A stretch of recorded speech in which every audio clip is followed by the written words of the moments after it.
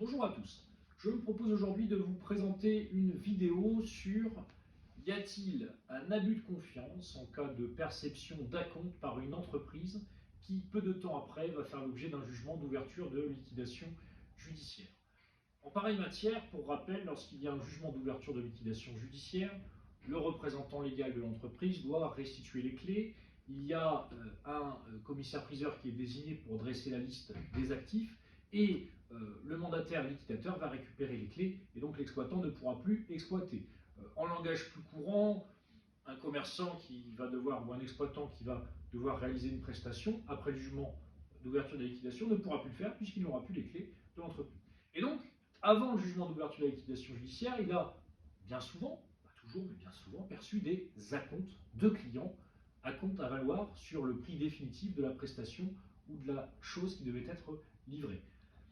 En pareille situation, il est également courant, malheureusement, qu'il y ait des poursuites judiciaires à l'encontre du représentant légal personnellement, puisque la société a perçu des acomptes et qu'elle n'a pas pu réaliser sa prestation ou livrer son produit.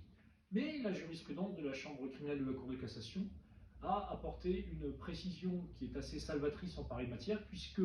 dans ces cas-là, la Chambre criminelle de la Cour de cassation a indiqué que compte tenu du fait que les acomptes étaient remis à titre définitif et non à titre précaire, non à titre provisoire, parce que l'abus de confiance, c'est le fait de remettre à titre provisoire, à titre précaire, quelque chose à quelqu'un, dans la mesure où, en cas de perception d'un acompte, l'acompte est versé définitivement, eh bien, il n'y a pas d'abus de confiance. Et c'est la raison pour laquelle, dans un dossier récent de cette semaine, j'ai réussi à obtenir une relaxe devant un tribunal correctionnel, puisqu'un client était le représentant légal d'une société qui avait fait l'objet d'un jugement d'ouverture de liquidation judiciaire. Et dans cette hypothèse-là, dans la mesure où les acomptes perçus étaient à titre définitif et non à titre précaire, il y a eu une relaxe totale, bien que nous avions face à nous le ministère public et plusieurs parties civiles qui s'étaient constituées. Voilà pour aujourd'hui, j'espère que cette vidéo vous aura plu et je vous dis à très bientôt.